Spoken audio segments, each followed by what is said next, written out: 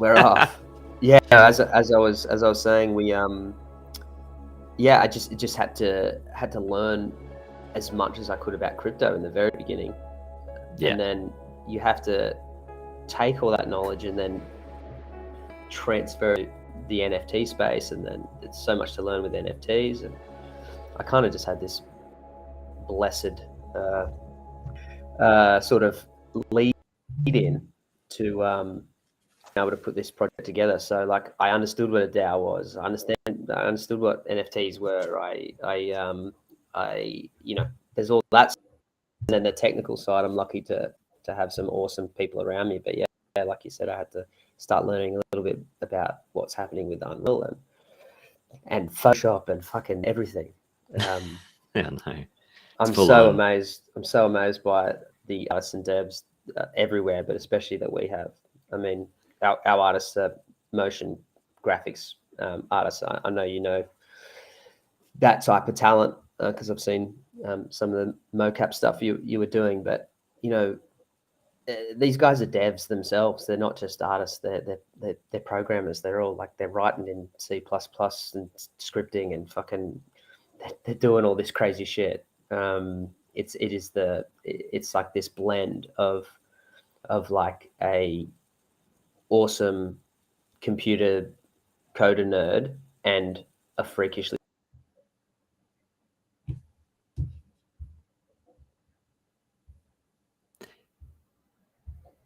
I think if you look at our CTO, he's supposed to be a tech guy, but he put up a vid of him building an island on Unreal over the course of a fairly short time. So same with our who's supposed to be our game dev, our junior game dev. He was a 3D artist before he became a game dev. So I would say the count is at 6.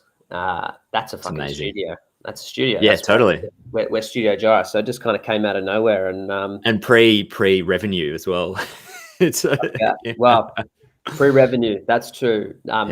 Not pre fucking investment. I can tell you what, it's costing me money, but it's been worth it, man.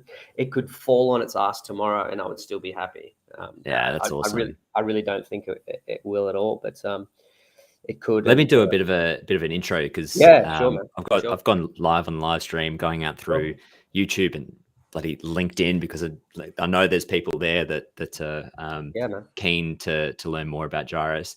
But I'm here with you, Adam Everill from Studio Gyris. We're going to chat about the project. We're going to chat about the community, but I'm really excited to talk about the world building element of what you're doing. And like, as the founder, you're billing yourself as the chief storyteller, which I think is fantastic from a world building point of view. I've always had this kind of thesis in the last couple of years as game dev or the gaming world takes over the filmmaking industry with virtual production, adding another layer of NFTs and this crazy world of Web3 on top of that just opens up this amazing opportunity for world building and world creation.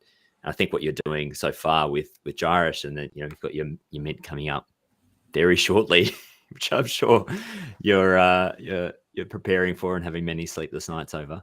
I think it's a really unique project, and even more attractive to me. It's an Aussie project. It's you're based here on the East Coast, and I'm just really pumped to learn a bit more and chat about what you're doing and go a bit in depth and kind of slow down, I guess.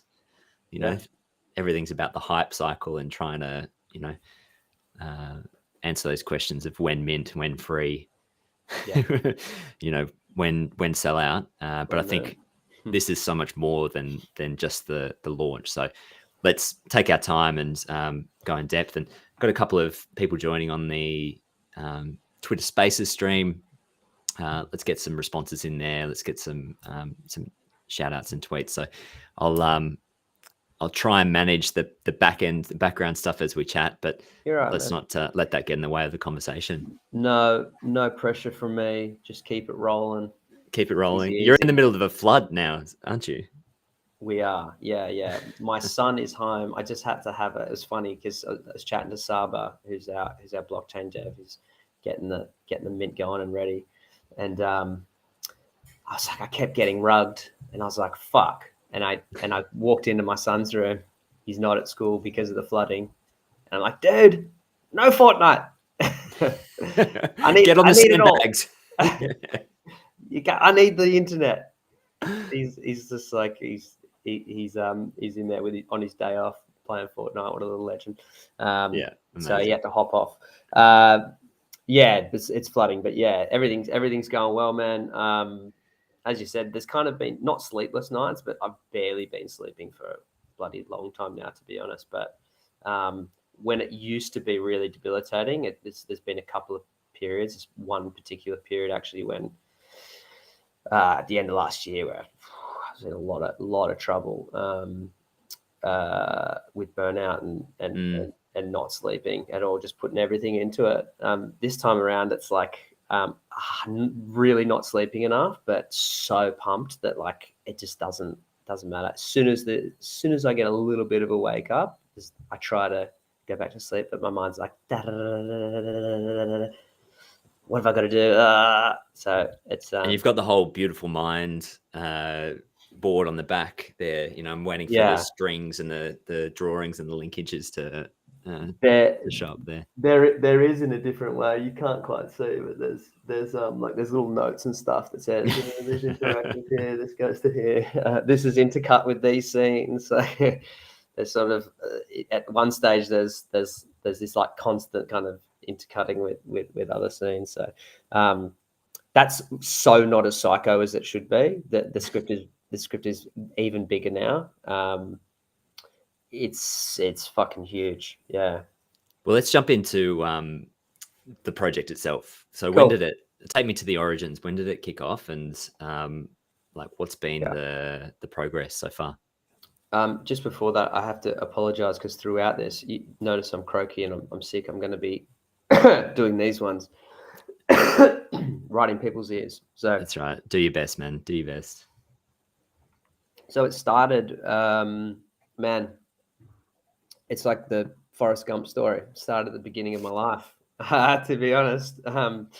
Started way back when I was young. You know, this whole thing has so much of my family and friends in it. It really has been a massively long journey, and I have a deep sense that it'll be part of my journey for a really long time going forward. So, and why I say that is like, you know, there's a scene from Gyris, The Sound of Tree Standing, which is the first film of Augie and Red in this scene where they're training in Bungari. Bungari is the Bura martial art. That scene is basically taken from my life. And from the time when me and one of my best mates became best mates, and it was because he kicked my ass in wrestling. He kept throwing me. So I think I just got rugged. Okay, cool. Yeah, so you know, I draw on that. I do a ton of stuff from my own life, and have named. You know, there is a Red, you know, in the film, as there is a Sims, and time in the bush as we normally do on a Wednesday. But I started writing Gyris 2 years ago, Easter. I wrote it the night before. It took me about 3 hours to write the idea of what will become film 2. It's called Argus and Amala. I wrote it as a way to get my children to go the mountains that I feel sort of saved my life. I grew up in the family home looking up at this mountain, and it never really had a ton of significance for me. And then I moved back with my parents after 20 years and a breakdown of you know, I was 16 when I left in not a good way, became an emancipated minor, you know, signing my own notes at school at 16. As you can imagine, I then left school before going back. But yeah, I was back there. It was kind of a pretty dark time, and having to move my kids back as a man, trying to provide for my children, trying to still be a leader for my organization. My day job is I run a charitable organization in Papua New Guinea, and not feeling too powerful. And I decided to, because I thought if I could start running, I didn't run, but if I could start running and run really far, I could raise money for my organization. So I started to do that. Literally a Forrest Gump story, right? Literally a Forrest Gump. So I went from 0 to, I did the length, and I replicated Kokoda. A little bit more actually, 104 kilometers, 6,500 meters elevation in 22 hours. I was supposed to do that in Kokoda, but COVID. So I did it. I was training for it in my mountains, and I fell in love with these mountains, and they saved me. There's all these parts of film 2, but also film 1 that I embellished and I scaled these mountains. The different parts of it became Gyris. So there's an old mine. Originally there was dwarves. There's not dwarves in Gyris. There's the Mingieri. The Mingieri live underground, and they're not really like much at all, except for the fact that they live underground. But that's kind of that idea. And then there was all these like trenches. It felt like trenches. It was just the water carving mountain, and then they became the trenches of the Great War between the Dar War and the Mega or indigenous, a made up land where the Mega reigned, and sort of these peoples kind of peoples existed within it. I'm writing this to my descendants. I have to move away now. It's the onset of war. It was like the time of World War I, and just sort of talking about, my father tells me these stories. He's a miner, and all the old miners, they tell these stories of these, these beasts. And yeah, I got them to find it. They went on an Easter hunt, and I scrolled it all up in typewriter font, and this is my children. Yeah. So they found the letter in an Easter egg hunt, because it was like next to. I put one of the Easter eggs in like an old box of my grandfather's with all these old stamps, and like made the scroll so it looked really old.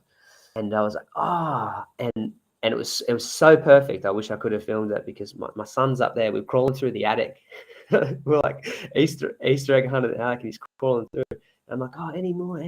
I found this, and he grabs it, and it was sitting inside this big box with all the things, and he said, what's this? And kind of pulls it out, and he's like, stamps, probably thinking these could be worth a bit. Thinking these can be traded. Yeah, for sure. And I was like, what is this scroll? And he's like, I don't know. Opens it. He's like, and he's kind of reading it. I was like, whoa, okay, well, let's take that downstairs. And we're sitting around there kind of looking at their eggs. And I'm like, so what's this? And they're opening it. And like, my heart sank, because in the beginning, they were like so over it. They're like, oh yeah, that's kind of cool. And then back to the eggs. And I was like, fuck, trying to be super dad. I had this big fucking grand idea. It's going to be amazing. Anyway, I was like, okay, we're going on a walk. we're going to follow this, and it was like a treasure map. So we took the story, and we went and started with my parents, which was really cool. And put their little backpacks on, and started. This is kind of how you find the mine, and it's a these are the bearings. It was like southeast, and started down and started following the story. They did 17 Ks that day. They're only my daughter was 7, my son was I think 10 at the time, and it was just a really beautiful day. You know, kept finding the clues, like, oh, that must be the statue. That statue looks like a, it might be a mala, like all this different stuff. Yeah, it was just, it was a really cool experience, but it was kind of just left there. And then my daughter, sometime later, just started asking me, oh, still there. Hang on, just called me and rugged me. Are we back? Sorry, man.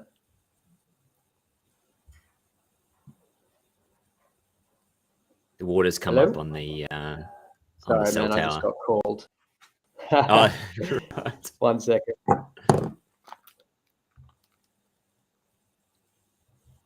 What I'll do is, those on the live stream, I'm just going to play a bit of the landing page video from your website, because I think it's super cool. Cool, man. Do that. Yeah.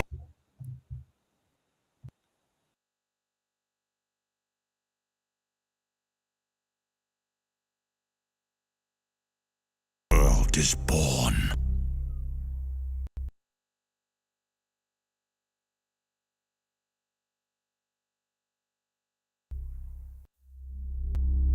There will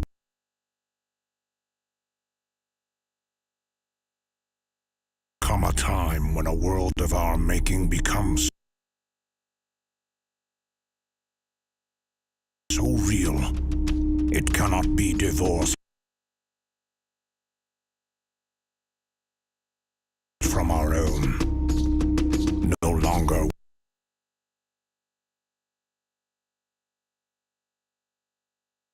will you ask what is real, but what... I say this quite a lot. You know, Gyris is a love letter to all things decentralized as much as it is to that birth once poured from the crucible. I love the space.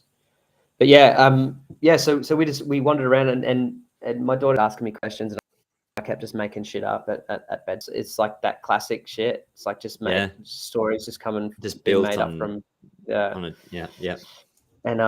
And she was like, and then what happened? And then she would ask me questions, and I had to build it, because she would ask, like, yeah, but how come? You know, it was like, well. So I think about it, and I started writing a ton more. So it's probably been now, it's about probably 8 months, 7 or 8 months, probably 7 months of writing, like being more focused with the writing Gyris, and anyone Gyris knows the kind of depth that it goes into world building is I mean, I started at as far back as you probably could, you know, at the beginning of you know, the creation of gods, and then from them, you know, there's some kind of cryptic detail in the prologue, you know, the preamblic history, we call it, you know, that basically all beings in Gyris were created from the blood of the unseen gods, you know, reigning from on high. Essentially, that Gyris is a world like ours, but just kind of started from a different point, and the beautiful randomization that happened in a place like Earth, you know. So, you know, the single cell divided, and the great evolution that has become the myriad of awesomeness that is Earth has happened in Gyris. It's just that it just had a different starting point. And so it is a world that feels familiar, but filled with fantasy and different from our own. And this time in history, we can augment that creativity with all this fucking awesome tech, and you can take people into the world that you create. If you listen to the words from that intro, it's kind of outlining this grander narrative, this philosophy around creativity and collaboration being God. The idea that we as humans collectively imagine, and imagination, creativity is God. You know, we talk about, people talk about God, religious people, as the creator. But if you think about simulation theory, and you think about that idea that, you know, if virtual reality, if we take it that virtual reality will become so good that it will be indiscernible from our own reality. If you follow that logic along, how can you possibly know that this right now not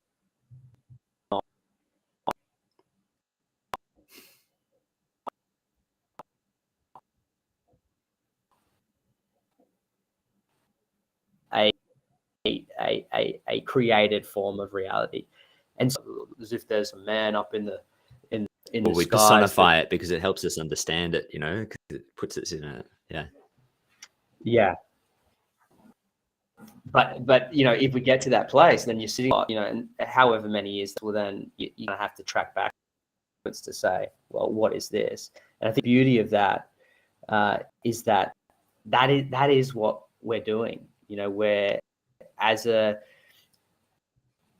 creator, I do not do this alone, and I don't say that in like, you know, I couldn't do all this without the people around me. That's really true. But in a bigger level, none of this experience that became Gyris could have happened if I didn't have the parents that I had, if I didn't have all of the shit that happened to me, if I didn't have a relationship breakdown, if I didn't meet my parents, if I didn't running, that's the nature of existence. We kind of manifest these ideas that come from our experience, and therefore creativity has to be collaborative because it's an expression of your experience.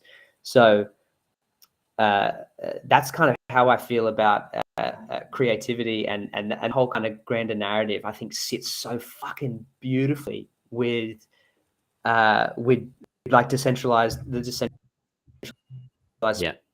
space with Web3, because that's what we're doing. We're like, what is really, we're giving power back to people. We're saying, you know, it's your time to have ownership over something. You are not subjugated to being, you know, someone up. Now we know that even within NFT space and crypto, there's levels of hierarchy. The kind of reconstruction of power, again in a different way, from people who can kind of get in and see something new and I mean, speaking about owners and taking a link to VCs, Mark Andreessen Horowitz said recently, looking at the education space and looking at that institute's been around for like that kind of formalized education for a couple of centuries, that he's got a bunch of mates in there building, trying to lead it into a new direction and trying to change the old system and change the incentives and improve this and that. And he looks at them with almost pity, because you can't change something that is that structured and that ingrained. You need to build something new.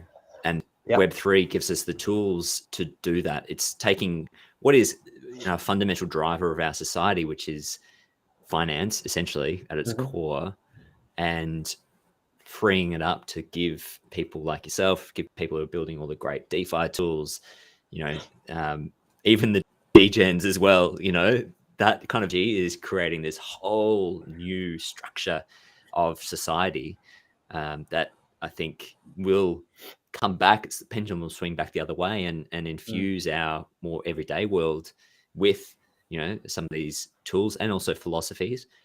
But you just can't help but be excited about the potential of people going out and just building something new. And that applies, you know, to this creativity space and to the storytelling space and to cinema and to the movie industry and gaming industry. For sure. You know, yeah, sorry, mate. Continue. No, go ahead. Yeah, it is. We are now at a time when film and TV need it more than ever. I told you, I think before we're on the stream, I fell in love with crypto. I fell in love with crypto because of its power to completely revolutionize a whole bunch of stuff. DeFi was that kind of first real love that I had, you know, coming from a space working with people in settings that they have fuck all, and thinking about how difficult it is to take money out of a bank account and how much you get charged in Papua New Guinea, and you're some of the poorest people in the world. Like, what the fuck are we doing here? And like, and so like having a personal experience with that and understanding that that is a way to, at least in part, reshape our global financial system. I found that to be fucking sexy as. I've talked about Satoshi being the greatest superhero the world has fucking ever had, really, because when has there been someone like this who's turned up, changed the world, has changed the world forever, didn't take credit? Like, that's the shit of movies that doesn't happen in real life, you know? And so that for me was like the storyteller in me. I think the story of Satoshi kicked fucking decentralization off in a way that made it inevitable. He was the story, right? Like, that's it. The only way we understand the world is through story. So only way. He was the prophet, you know. He was the fucking Jesus, man. He was like that kind of gave us our North Star, and still remains that. You couldn't have scripted it better. So when I think about, you know, they're not separate for me. The story of crypto is fucking. I find it so good, and it's just, it gets a bad rap. Shit that gets, you know, the disgusting stuff that happens. Are you fucking kidding me? Yeah.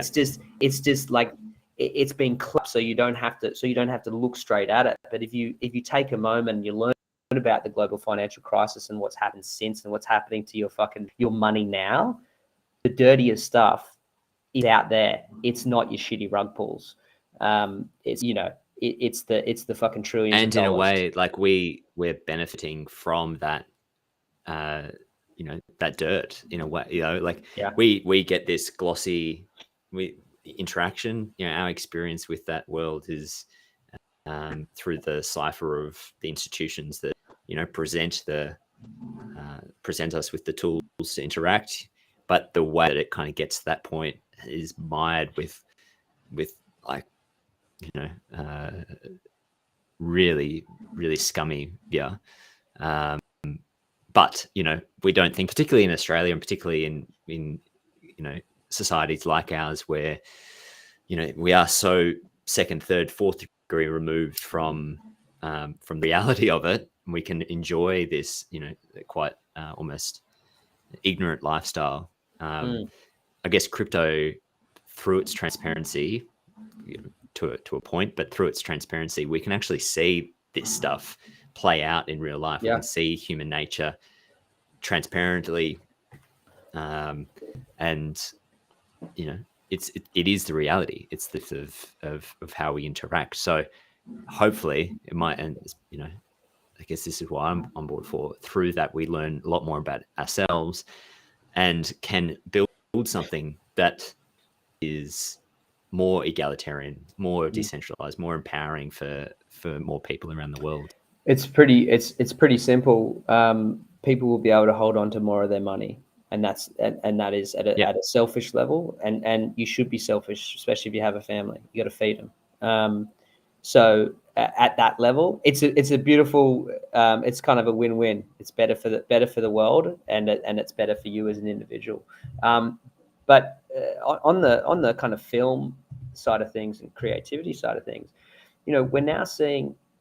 So there's these anonymous interviews that come out of surveys that come out of like Hollywood and the industry, asking you know, questions of people within the space, and it looks overwhelmingly like a place where people are afraid to speak their opinion, where kind of woke politics have sort of taken over, and where the story is no longer central to storytelling, which is fucking crazy.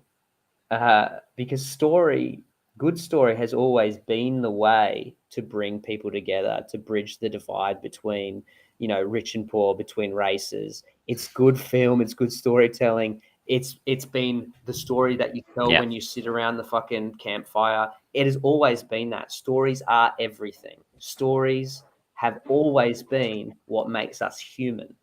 It is the, you know, the hero's journey, you know, has been with us since we started to communicate. That is how we navigate. That is how we feel like we're human. That is how we as individuals succeed and be happy. It is to measure our value, our worth, our happiness. Yeah. And when you have this, when you corporatize and you take creativity out of the hands of the creatives that develop it, you take the essence of it, or the ingya, as the Buddha would say, the soul. You take it, and we see, like, I don't know if it's just me. I know it's not just me, but you know, there's something now that is very different about like film and TV. There's some. It is in one way the golden age, and in another way the opposite. Like there's so much shit. So it's like, well, how much can we churn out? One of the things I've said to people when they say like, oh, film, that, you know, that's a big thing to bite off. You know, our intention is actually to build the greatest fucking pitch deck you've ever seen. You know, teasers, and you know, not many people can go into a studio or a streaming service with a treatment like we'll have. Millions of investment in building, you know, film and game quality assets, a massive script with kind of more on the way, and say, check this out. We've also got a community of many thousands that are really fucking keen on this. Show me anyone who's been able to put together a treatment like that. You just can't. But what I say to people is like, look at the shit that's just hop into any of those streaming services and have a fucking good look around, because 90% of it's absolute shit. I hate to use that. I hate to use that as the reason why we'll get something made. But that's just the reality. So, well, that side of the business, it's a treadmill of content. Like, and Netflix is finding now, Disney's even finding these huge companies are looking at the abyss and going, if we don't feed this machine with content, we die.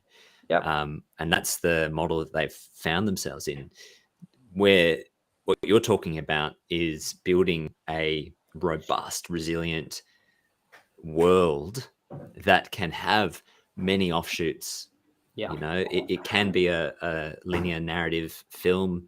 It can be an NFT project. It can be a game. It can be all of these different things.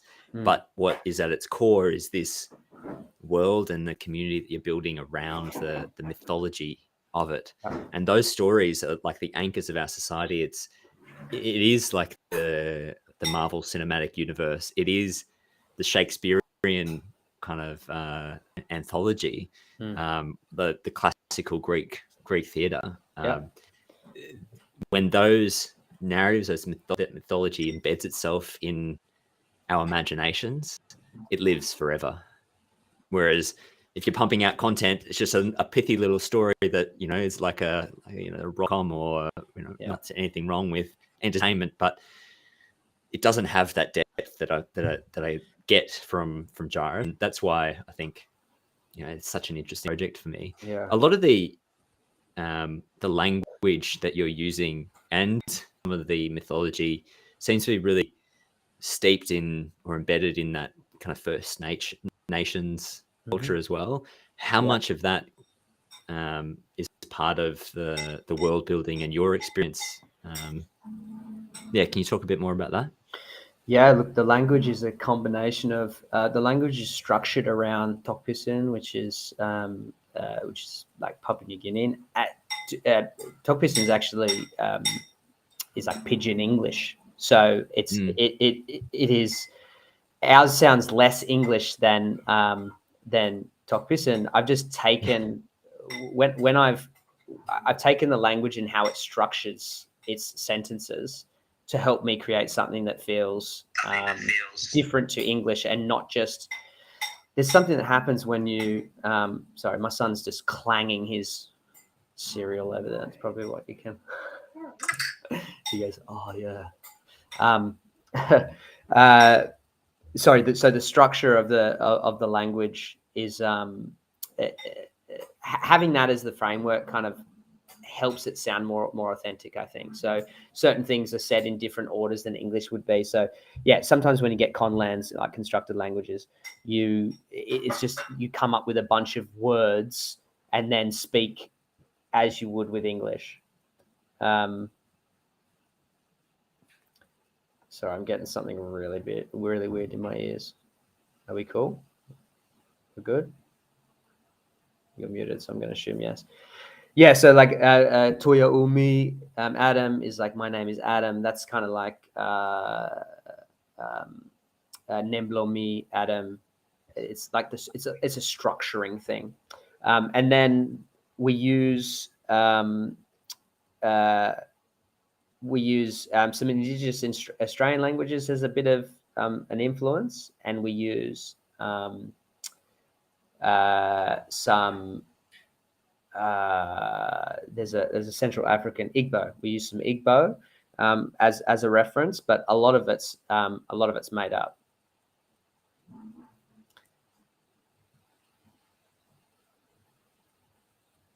I'm getting some really weird action here.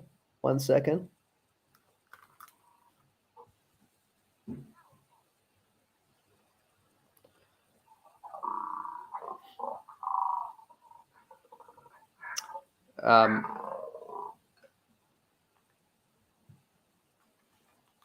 That was crazy. I don't know if you could hear that. It was like, it was going pretty mental. Can you hear me? You can hear me on the I think PC. You got rugged, man. Did you get rugged from Twitter? Yeah. Right.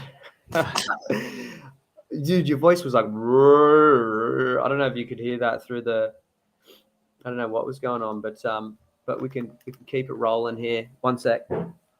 Yeah. Take a break, man.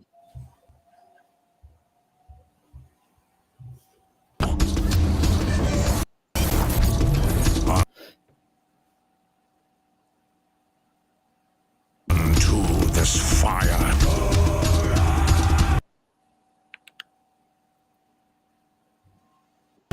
Our world is born.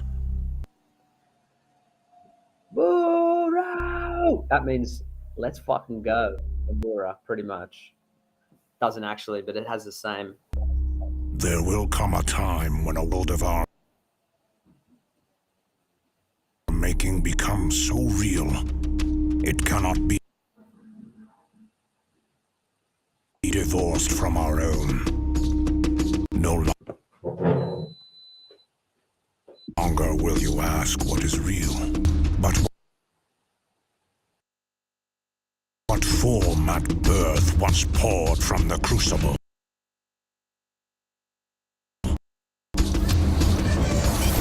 Unto this fire, our world is born.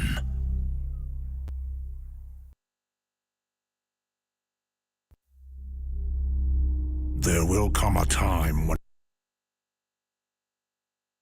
a world of our making becomes so real, it cannot be divorced from our own. No longer will you ask what is real, but what form at birth once poured from the crucible.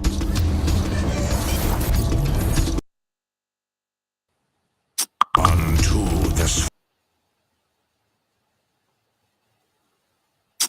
Hey, man. I don't know what's happening.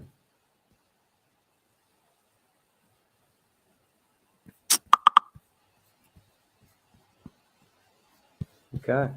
All right.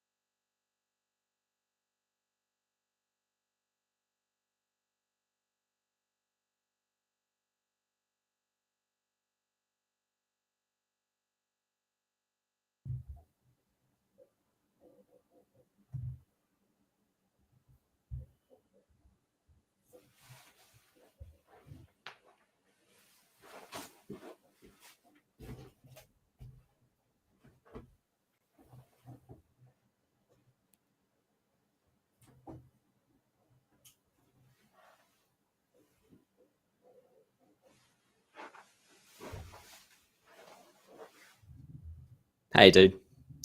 I'll make you co-host.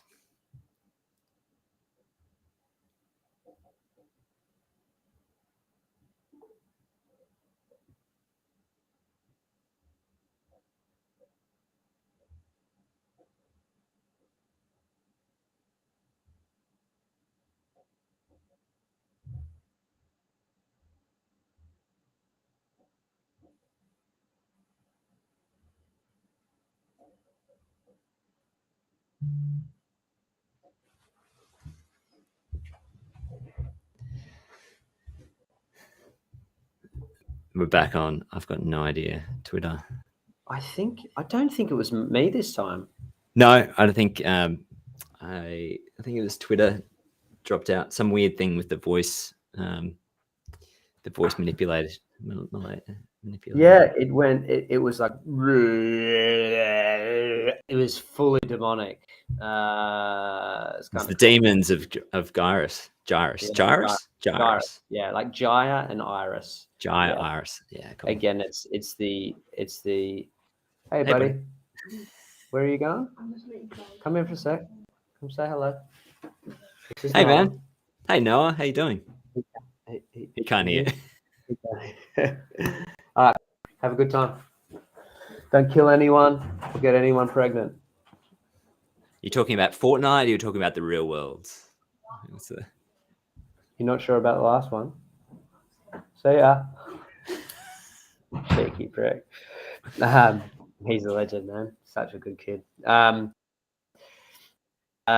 Just a lot like me, which is probably dangerous.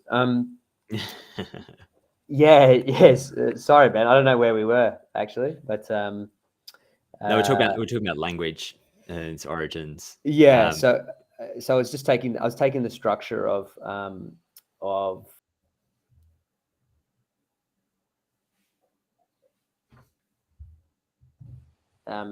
like just making up words as I felt them. It's weird. I spend so much time in the mountains that I would just wander around like a crazy person. And I would just start to speak in languages. And my daughter got really into, like, we walk around shopping and we'll just like speak. We'll just kind of babble. But like, you know, it'll sound like we're speaking a language to other people because of the way that we kind of intonate. And so there's a bit of that goes on. And I just kind of like, think on things and it kind of pops up. So yeah, there's some Motu in there, there's some Tokpusin, there's some I've been exposed to quite a few language. The Akukani, who are one of the races of the Bura genus. So there's genuses and then there's races. There's quite a bit of sort of taxonomical stuff going on. It's incredible. Yes, and then there's classes within each. The Akukani comes from, that's the name of my co-founder over in Papua New Guinea, the Equal Playing Field, Jackie's tribal name from Bougainville. Bougainville being the island that the community will be supporting. Did you say co-founder? Yeah, of Equal Playing Field. Right. Yeah. My organization. So yeah. Yeah, so that's kind of like that's a tip of the hat to her. There's such a incredible narrative outside of Gyris about your history, the work that you're doing in Papua New Guinea, the way that you're looking at the whole crypto space and its effect on the creative industries and society. And I just hope that you can that people can start to appreciate the depth of this. Because it's unique in the space, in this fast-paced, like hype-driven, day-to-day, hour-to-hour crazy world that we're in this Web3 space. To have someone that's approaching it with your authenticity and depth is really, really incredible. What's your ambitions for the community that you're building around it? Like, who do you hope to draw to the myth, to the mythology, to the project? Yeah. And how do you see the contribution of the community helping this project sustain itself and grow over time and continue to build? Yeah, I told my community I was going to tell them just before I went to bed last night. I was like, remind me of the time Remind me to tell you of the time that God spoke to me. Now that sounds fucking mental, right? So every time I start with that, people are like, "What the fuck are you talking about?" So I'm not a religious guy. I'm still not a religious guy. My co-founder over in Papua New Guinea of Equal Playing Field, deeply religious. Always sends me home with Bibles. Now it was really weird. I was over in PNG one day, completely sober. It wasn't a hangover, anything like that. I was asleep and I was woken up by a fucking booming voice. And it was saying, "Adam, wake up, wake up. You need to start the church. You need to start the church. You got to wake up. You got to start the church." And I fucking woke up to I've never had anything like it. I woke up because I was being yelled at, and I was like, I fucking got up. I was like, that's weird. And I messaged my best mate. I was like, dude, weird story. Yeah. God just spoke to me. Obviously, this is your Kanye moment. You realize it was the depth. It was the depth of the depth of me screaming out. I think, it was my conscience saying, there is a thing that you're supposed to be doing. You fucking need to do it. Now, this is many years into EPF, as a foreigner, I was able to start an organization, that's grown to be one of the largest in that country, in one of the most difficult places you could possibly do something. And yet God, what I think anyone who is religious would say, God spoke to me. Like when you hear those stories, that's why I say God spoke to me, because if I wasn't religious, I would be like, I'm telling you guys, God just spoke to me, and this is what He said. So I always kind of freak people out when I position it that way, but it was intense. And then I spent a little while trying to work that out, and a big part of it was, I'd been having these conversations with different people, and people that that I was listening to. Jordan Peterson's a really good example, talking about this idea that we've lost this sense of community that we once had. Through religion and institution and that kind of... Yeah, because you would turn up and you would be part of a community, and you would do and there was always a framework for community within the church, and we lost that. And what we did in places like Australia is we didn't replace it with anything, and we have this massive disconnection. There's so many people who are alone, and men in particular. Yeah. They are fucking lost. And I would experience these communities over in PNG, and whereas I started like, I'm an atheist or I'm agnostic or whatever, I would just engage in whatever they were doing, because I started to realize that actually all of this kind of we all believe in our own form of God, whether it's simulation theory, and there's a gamer that's made us, or whether it's fucking Buddha or whatever it is. If you really deconstruct it all, it's all the same. It's all the same. It's science. Whatever it is for us, we're all dogmatic, or we all have a certain belief system that is a certain way.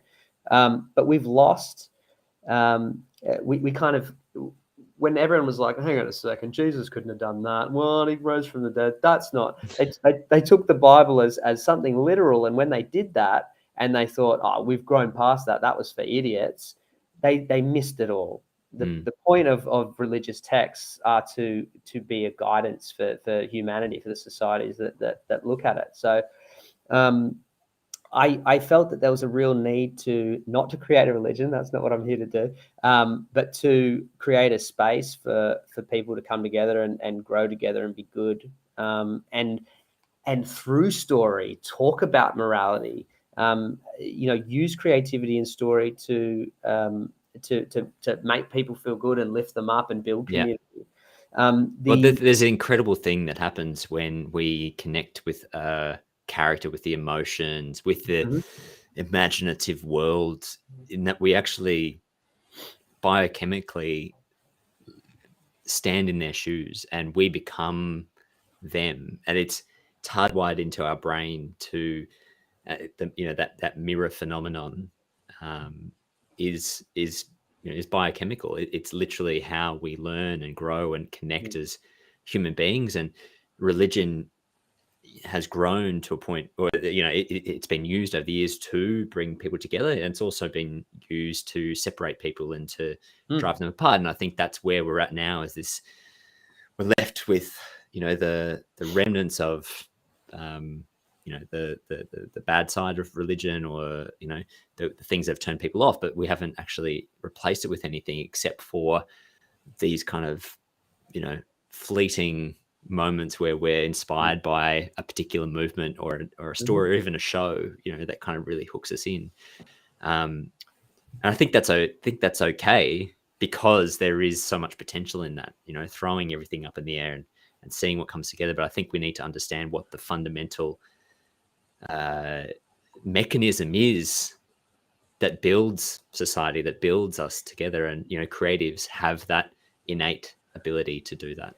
There's this there's something that I've noticed over the last 10 years, and I've been really blessed to I started my organization because I was invited to represent Australia as like a young change maker, So and I met Jackie, who is a Papua New Guinean, at this same place. We're in India of all places, and there was a bunch of young people that were from all over the world there for that. So sorry, why do I start like that? What's happening is, what I've noticed is people who the people who do the most in this world are not the ones who are putting she, her, he, him, are not the people who are screaming really loudly as activists, whether it's for Black Lives Matter or for whatever it is. They're not the ones saying, hey, I believe in this. They're the ones doing the work.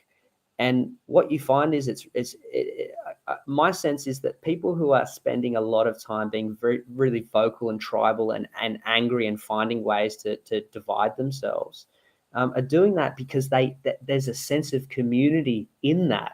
Yep. They're looking for something. They're looking for meaning. And if only I could be a hero, and this is how I can. When and the shake reality someone up, is, shake someone out of their ignorant point of view. And I am justified because it is the righteous thing. Now, it is a hijacking of the hero's journey, of our own personal journey. It is now, and I did this. This is why I know, because I did this. I had a lot of issues coming up, and I felt this deep sense of guilt and shame for who I was. So I sought out Amnesty International. It was like, I'll do some work for them, and I piled myself into it as a volunteer to like wash myself from the shame. And I know that that's how I got started. And I would virtue signal all the time because I wanted to be known for that. I didn't want to be known for, that's how it started for me. And what I came to really realize is all of that shit, it's all of your words mean fucking nothing. Do not come out in support of this, in support of that. Even they can be the best causes ever, unless you are doing actions that change things. And your words don't mean shit. They just don't. So, I've been called fucking racist. I left the university job, so I had a small hiatus from EPF to work at a university and talk about a fucking bureaucracy like we're talking about that can't change or something that can't change. Yeah. And I was called racist for using the term build is the new black. Build was the name of a program, and someone said, "Oh, well, that's racist." Do you even know what the term is? The new black? It's about fashion. It's not about. Oh, you can't use the word black. Are you fucking kidding me? I started being accused of being racist. I said, "Sorry, you do know that I've got an organization of all black people. How many slums have you lived in? Where you're the outlier, you're the minority. How many slums have you lived in? How many times have you gone into a dangerous part of the world where there's only black people? And I'm a racist. But this is the type of shit that I would get. Like there'd be plenty of people that could watch this and say the fact that I mentioned Black Lives Matter in the way that I did is like, well, clearly he's just another white man talking about. No. My point is, shut the fuck up. your voice isn't doing anything unless it's accompanied by action. And I think this, when I empathize, when I sort of tone down the aggression a little bit, I know it's just because people are searching.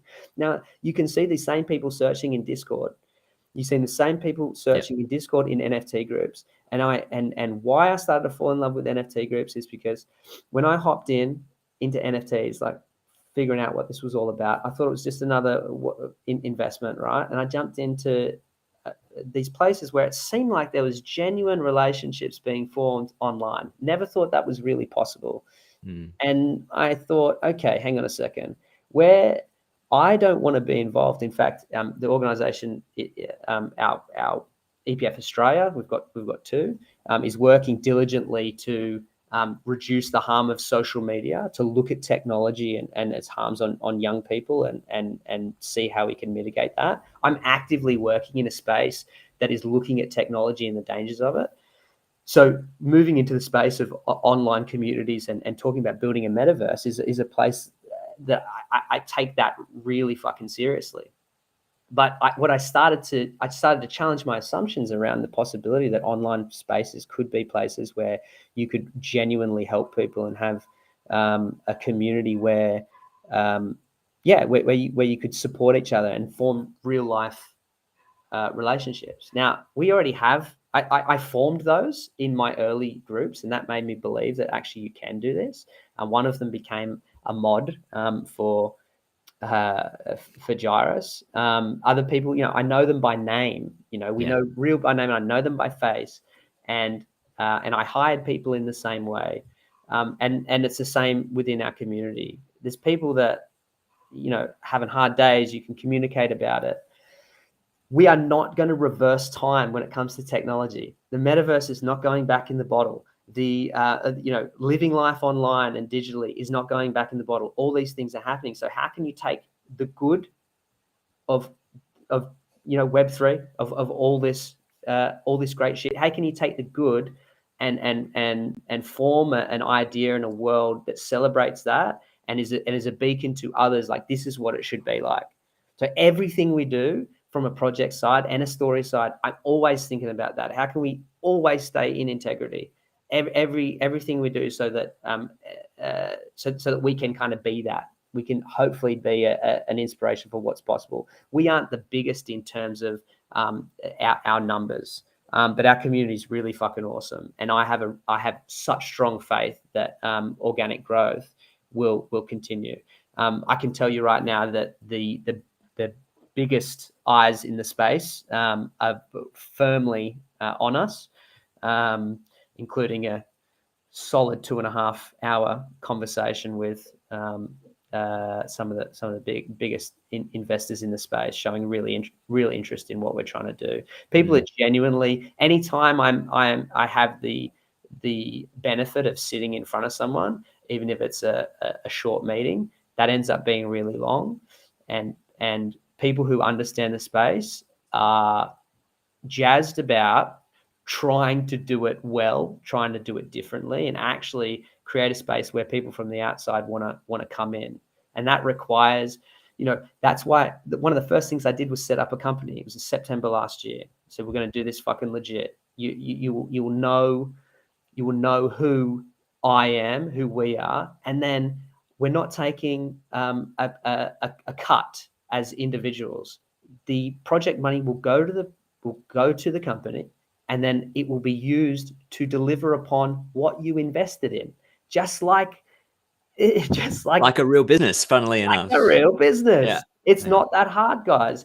You should never expect to be rugged, which is what you hear from some of the bigger names in the space. Never expect that, and do not accept it, and be outraged when you are, and try and learn and do all the things that any diligent investor would do before they put their hard-earned money into any sort of investment or project or outside of crypto. But we're a bunch of degens and a lot of young people that normally wouldn't be investing, so therefore they haven't learned these lessons. So this is what I mean about there just needs to be groups that are doing it right, and there is, and we want to be one of them. and just try to be an example to our community as to what they should expect from others as well. And yeah, man, yeah, I don't even remember what the question was. You know, I like to talk, but well, we've gone off. We've covered, you know, our digital selves, our work, our life in social media, what it's like to connect and make human connections in that world. Talked about, you know, your integrity as a company and a founder and a business owner, and growing that. And I think that the parallel to, you know, the banner under which I operate, which is Digital Twin, is exactly in that philosophy, because it started that name, that concept of a digital twin, for me represents this other layer that we put on top of our lives in this digital space. And when we're talking about the metaverse, it isn't some crappy pixelated or sometimes really high fidelity version of a virtual world that we enter into and play games in and maybe do some commerce and shopping in. It's actually the extra layer or another dimension on top of our reality that we fill with our imagination and our connection and our humanity. And it's been around since we have had a telephone. You know, it's been around, even sending letters or something that is outside of our right here, right now interaction. Yeah. And all these things do, all these tools do, is just augment our ability to inhabit that space. So when you're talking about putting the pronouns in front of your name, you know, putting a Instagram picture up in support of every single movement that kind of comes through. Yes, it can be meaningless in a way, but in reality, what those people are doing are trying to build this digital twin of themselves that has integrity, that has virtue, that stands for something. And we've got the ability to create that persona from scratch. What a great a blank canvas that we never get. So as we go for hero, we're talking about hero's journey, reinventing ourselves. We've skipped all the hard work and we've landed in the invention phase that doesn't have the depth of experience behind it. So we're creating this digital twin of ourselves that is kind of birthing a new persona, but it doesn't have the depth. So my mission through the conversations and the work that I want to do is to build that digital twin with integrity and knowledge and connect it more closely to our real selves. Because I've been in the situation that I'm sure you've been in, where you're up until 4 or 5, you don't sleep, you're in this other space, and then you've got to have your real world as well. And you've got to have those relationships that give you the strength and bring you happiness and actually fill your cup in a way. But we've got this other world that is exciting and also just as has almost more potential for prosperity. My mission, I guess, for myself personally and the other, the conversations, is to bring those two worlds closer together. And what I love about what you're talking about with Gyris is that, you've started from the real and you're mindfully bringing in the tools and those connections into this entity that has real solid roots in the real world and real communities and, I guess, real movement. We've had an awesome chat so far. We've been going for pretty much an hour. What we haven't really covered is just a really simple overview of what the project is. Yeah. So maybe it's a roundabout way, a good way to wrap things up, is talk about Gyris, what it is, like what's coming up. Yeah. What gets you excited about it? Well, there's there is a good segue there, so I'll still jump around. But there's, for us, that's our metaverse play. It's a game, but it's a metaverse because you can own land in it. The whole thing is again, we're trying to do everything different. So it's a real novel experience where it's more like that kind of Second Life experience. It is a place where you can own land, but it's a place where actually you can build a real community. So our game mechanics and social mechanics are all about, you have to engage people like other wallets, other real people. And to do that, if you want to form a community of varying size, you have to go and find them in the Discord, build relationships and say, hey, do you guys want to be part of my thing? Now, you can still play without anyone, but your experience will be richer having been with others, and you'll be incentivized just like you are in the real world for having real relationships.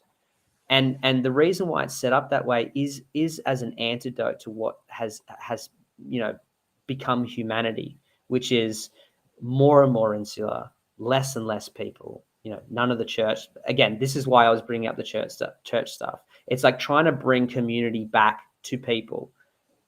Not a church itself. It's trying to bring community back to people. It's trying to I'm going to go and be there at this event, or I'm going to be in the Discord. We're chatting about this. We're all getting together today because we're forming our clans. We're forming our tribes. There's routine. There's ritual. There's people. Exactly. And the way that we've set up our drop, again, our drops are very different to anything else. We are unveiling concept art, character art as we go. We're filling the world that is part of the film's lore with our drops.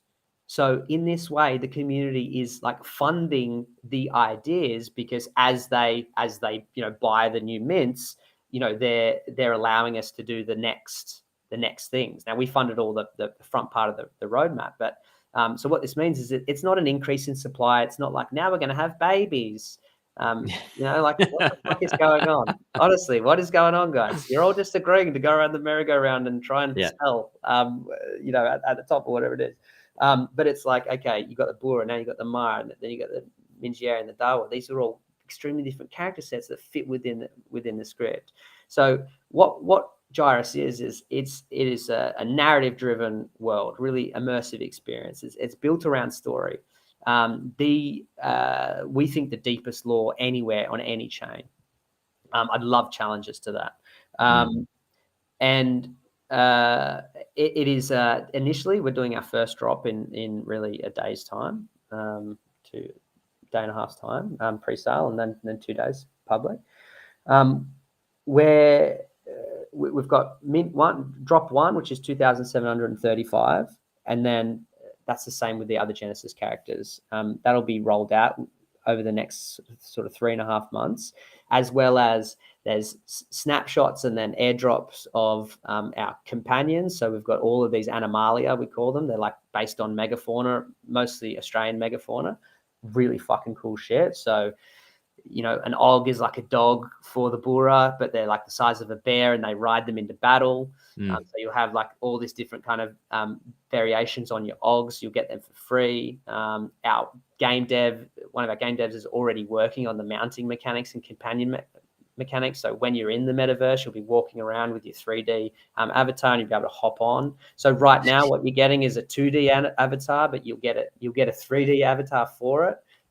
Dropped to you for free. Same with the companion, and then the other NFT. So there's 4 there, 2D, 3D for your companion as well.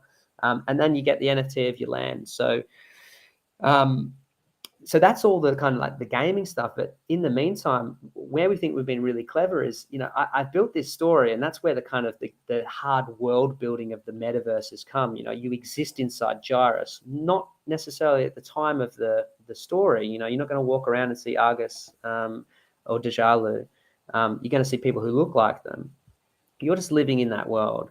On the other side, we're because of the support of the community and the fact that we keep minting these awesome things in connection to the gaming and the metaverse, we're able to create, like I said earlier, this massive pitch deck, the most impressive, ability to create teasers with the team that we have, these amazing motion graphic artists, with all the stuff we have to build anyway. And that is what makes Unreal 5 and the democratization of this technology so amazing and important, and why we are just, I am an individual with other individuals plotted into this beautiful time and space where it's technology, fucking crypto, smashing together somehow with the strange bunch of experiences that led me here. And with the friends that I have, my CTO, I've known him for 20 years. Andy, he's fucking awesome. This is my solid group of friends that we've been friends for 20 years.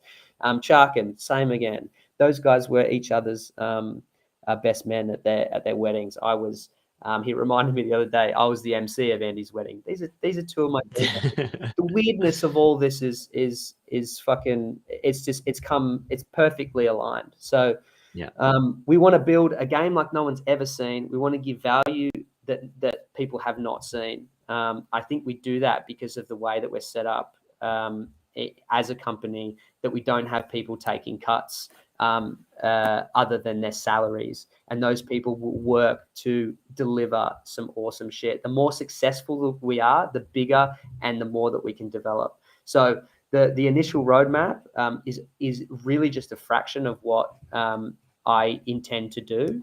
I'll be writing film 2 by the end of the year. We want to do series 2 release, series 3 release. We want to release with every film. The next one, the next series way down the track, we'll have the Weir, we'll have the Dark Mara, we'll have the Burameri, and one more we haven't quite nailed it down yet. But like there's so much, and it's not this whole expanding universe. It's not increasing supply. It is like Pokemon cards. You're trying to catch them all. And that's sort of the different mentality to a lot of others. But also, we touched on it really briefly before, but something really, really important. And you asked about how can the community be involved. We talk about being the people's Marvel. Genuinely, what we want as like the big vision is that Gyris is one part of that grander narrative that I spoke to you about before. What we're saying is that like you can take control and create a whole world, and if you get enough kind of people believing in that, then it becomes reality, and that is exactly what is happening here. People are believing in it, and it is becoming reality. We're building it. In the same way, what the DAO will become for Gyris is the steward for the multiverse. So we want teams to come to us that have the same sort of vision and say, like, we want to build it, whether it's a film, whether it's whatever it might be. We've got this fucking sweet idea of how we can be part of this new world order of production and gaming, and we don't need to go through the studios, but with people power and a good idea, we can develop shit. So that brings in more people within this framework. Those teams that come, and it might be Studio Gyris that comes and says, we've got another idea, what do you think? But the DAO will be charged with saying yay or nay to them joining the network. So what we're putting in the hands of the people is bigger than Gyris itself. It is, if Gyris is Spider-Man, then all of the Thors and the Iron Mans and all of that stuff are all out there waiting to be pitched with a strong like go-to-market strategy. Here's our team. Here's how we intend to fund it. This is what we're going to do. And the DAO collectively, as a democratic unit, has to say, what do we think?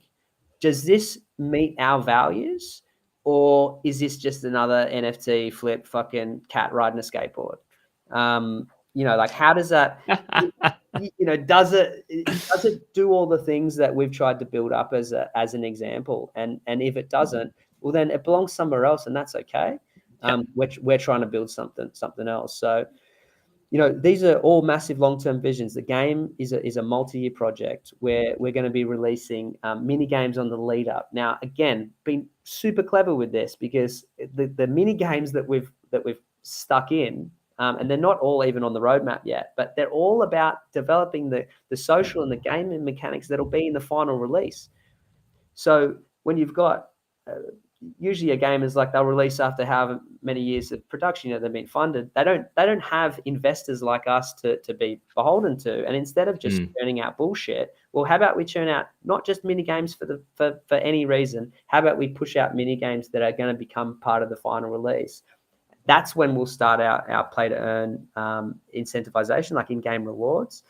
Gyris token hopefully will be sorted in 3 months. I don't have a hard date for that because we've got an amazing tokenomics advisor, works with Bitfrost, has worked with CEX, he's worked all over the place, really senior, intelligent dude. He's taken his time to make sure that we have tokenomics that don't leave our community. Don't gut the project before it starts, yeah. And you see this all the time. There's too much VC that goes into the tokens because they know they can help it run up, and then they get rid of however much at the top.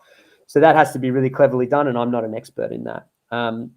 there's tokenization, and then there's our marketplace. Our marketplace is again designed to bring community in. So we've got this whole world, we've got all this story. Now there's so many assets to create. So there's all these community art projects we intend to do, where 3D artists or any artist can come up with concept designs or fully developed stuff and pitch it on our marketplace and to us to say, hey, this is a Gyris derivative. If we like it, we can engage them in a commercial agreement and they can get paid for that. If we don't want it as that, people can still buy it off them. They can buy it off them with Gyris token or Solana through our marketplace. Our marketplace being a place that is optimized for our NFTs, and the marketplace fee half the price of Magic Eden and goes straight back to the DAO and straight back to Studio Gyris. Everything we do and put the money back into the community consistently, back into it to build everyone. And I always say this to everyone with the whole do your own research thing. I say at the base level, it's fine to think about things as investments, but at the very base level, when you're buying something, think about the cost of it, and then look at the roadmap. Genuinely think about whether that's achievable, and then outside of that, think about what you know you're going to get. Is it worth the price of admission? Is a bonus. So if you spend, for us, we tried to get it just around $200, 225. We'll end up pulling probably just over 200 for each mint. If you at a base level don't think you'll get that much value from what we're going to create, don't jump in. That's your test. That is your test. Don't jump in. Then once you're happy with that, you'll never worry about price. You'll never worry about it. Our intention and my thoughts are that price is going to do really well. But when you come at things at a base level and you're buying things you believe in, you're not as gutted by this. You can just enjoy the real positive elements of the community, and that's what I've learned over my years of making good money from NFTs. It was picking teams, like make sure I pick a good team, and just be really wise with it. Like back a team, back an idea. Don't follow all the bullshit. We're going to moon. It's going to go to this. Oh my God, there's 50,000 in the Discord. I can tell you right now that you can buy that very easily. You can also buy any publication to put your shit in it. I know this because I could have paid 2 ETH to get in Forbes. and I could have paid all amount of different types of money to get into everything. I hodl, like all of these. What people don't understand is that the media, not just crypto media, it's just a price gated thing. Yeah, it is money. So everything you hear is bullshit. Everything you experience is real. So get in, experience something, do your own research, which doesn't include listening to other people. Jump in and experience. This is everything in life. You have to experience. And like you said, you can't skip over shit. You can't. Again, sorry, I want to make it really clear. There's nothing wrong with putting certain things on your profile and going after campaigns and everything like that. If you are a person who acts, if you're in the arena, if you're that man in the arena, that's it. And if you're not, and what I'm saying is, you find that those people, they're not saying that stuff. They're not. They're just all of the people that I know that have done. I know some impressive people through my work overseas. People that have set up now. I mean, my good friend set up one of the most profitable disability organizations in this fucking country's history, for profit, but also for good. Jordan O'Reilly, one of the fucking best people you ever meet. Now, the way that he carries himself is through his work. Same with my co-founder. Same with all the people that I know that have done the real work. That they're not the ones that talk that much. And I know plenty. All of the ones over the years I've facilitated in different countries, young leaders from all over the place. All the ones who are loud and talk the most about the problem, are the ones that aren't out there doing it. So don't just fucking listen to hype. Don't just hop into a place. Do your own research. If you don't believe in it, do not spend your money. If you do, fucking ride or die with us. We're absolutely killing it. We're minting soon. It's going to be sick. Oh, no! This is that moment in Wolf of Wall Street where Jonah Hill's got in saying, "Show me a check for $10,000 and I'll quit my job right now." This is, I don't even need to see that right now. I'm quitting everything and jumping on board Gyris. And dude, it's funny because Diggy, and he's our main man in the thing. It's exactly what he did. And I don't know if it's out loud to him. He probably go and listen to this. He's super busy right now. But like for me, that got me because I was going to keep on going, but he up his job and came to work with us instantly. I only gave him 2 months guaranteed. And he's like, this is going to be it, man. And he fucking just quit his real life job and came in and jumped into Gyris. And the way that he started, I will be on Spaces today, and the way that he would talk about the project and talk about my passion for it, just like couldn't have, I mean, emotional thinking about it. I was like, fuck yeah, man. And when you get like, when you get that, when you have people so motivated, like the things to us in Spaces and in the community, I that alone, when I say to you, it wouldn't matter if like the money didn't come in. All of that alone has made this fucking worth it. I'm just so fucking blessed. But people are believers like I am, and that's fucking great, man. It really is. It's a beautiful thing. I'm super grateful for it. Adam, like I just can't be more thankful enough for you to spend an hour and a half of your time day before you mint to chat with me. And my mission is to bring stories of people that are building in the space, and I don't think someone could epitomize that as much as you do. So like, thank you so much for spending time with me this morning. I hope everything goes well in the next couple of days, but from the sounds of it, this is going to be a lifelong thing for you, and I can't wait to ride or die with it because I'm fucking on board. I can't tell you, man. I can't wait to join the journey and see where it goes. Thanks, man. Yeah, much appreciated, dude. I'm sorry to everyone for the various ruggings, but hopefully dude, you're literally in the middle of a flood, and I think we did pretty well. Yeah. But yeah, I'm sure. I think for the stream, for the most part, we'll and I'll chop it up and send people the choicest cuts. So beautiful. All right. The best, man. We'll be in touch. Chat soon. Thank you very much, everyone. Catch up.